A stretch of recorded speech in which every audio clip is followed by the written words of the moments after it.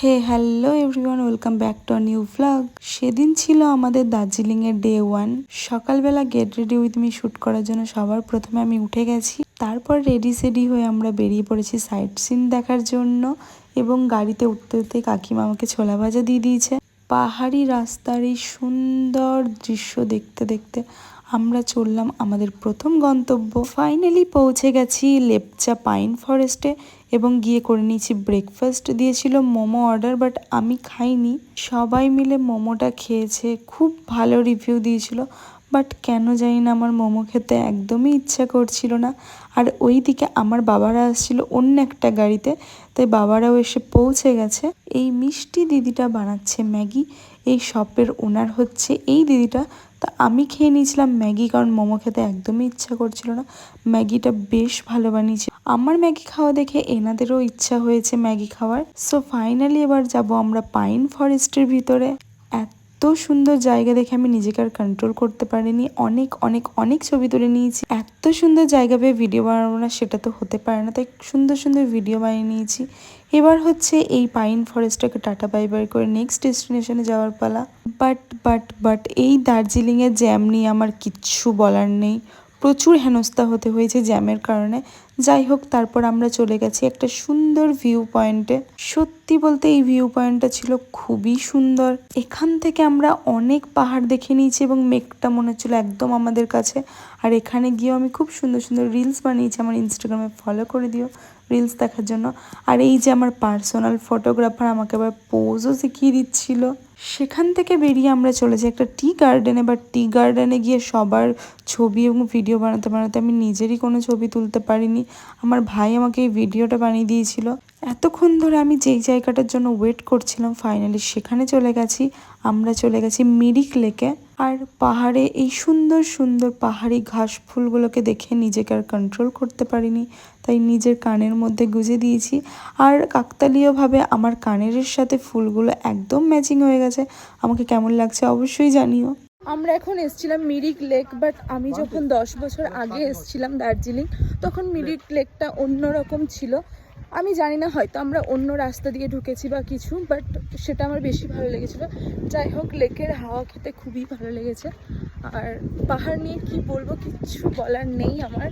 পাহাড় আমার সব সময়কার জন্য খুবই পছন্দের। যাবো আমরা লাঞ্চ করতে। কিছু বল।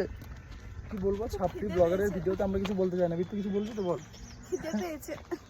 মিরিকের কাছাকাছি একটা হোটেলে আমরা চলে যাই লাঞ্চ করতে। সেদিনের লাঞ্চের এক্সপিরিয়েন্স ছিল আমাদের খুবই বাজে।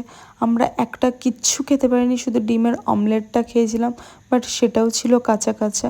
যাই হোক, খুব বাজে একটা এক্সপিরিয়েন্স হলো। এত বাজে কিছুর মধ্যেই একটা ভালো জিনিস হলো, যেটা হচ্ছে হোটেলের দিদির এই বেবিটা। ও এতটাই কিউট যে ওর খাবার থেকে আমাকেও খেতে দিয়েছিল।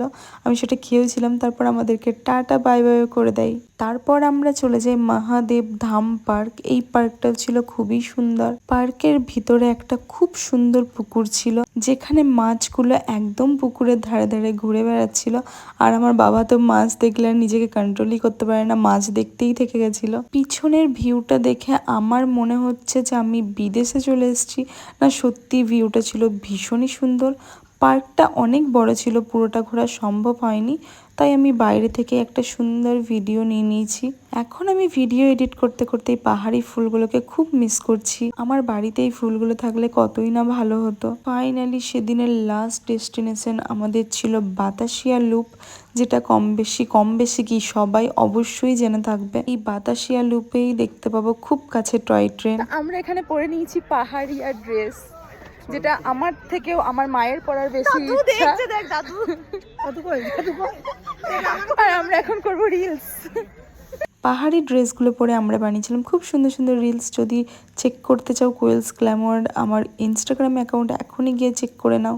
আর অবশ্যই ফলো করে দিও। তো টয় ট্রেনটা এত কাছে থেকে দেখবো ভাবতে পারিনি। ভীষণ ভালো লাগছিল টয় ট্রেন দেখতে।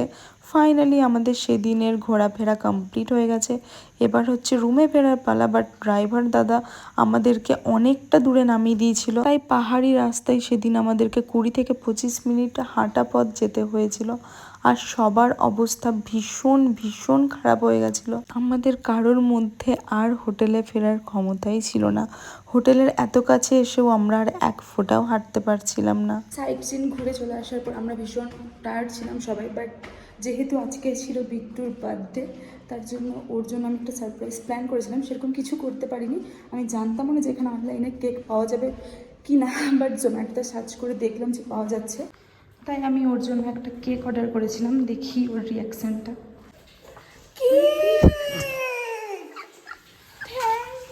পাহাড়ে গিয়ে অনলাইনে কেক অর্ডার দিয়ে এত সুন্দর একটা কেক পাবো আমি সত্যিই ভাবতে পারিনি।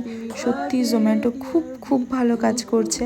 তারপর কেক কাটিংয়ের পর সবাইকে কেক খাইয়ে দেওয়া হলো। তারপর আমরা চলে যাই ডিনার করতে।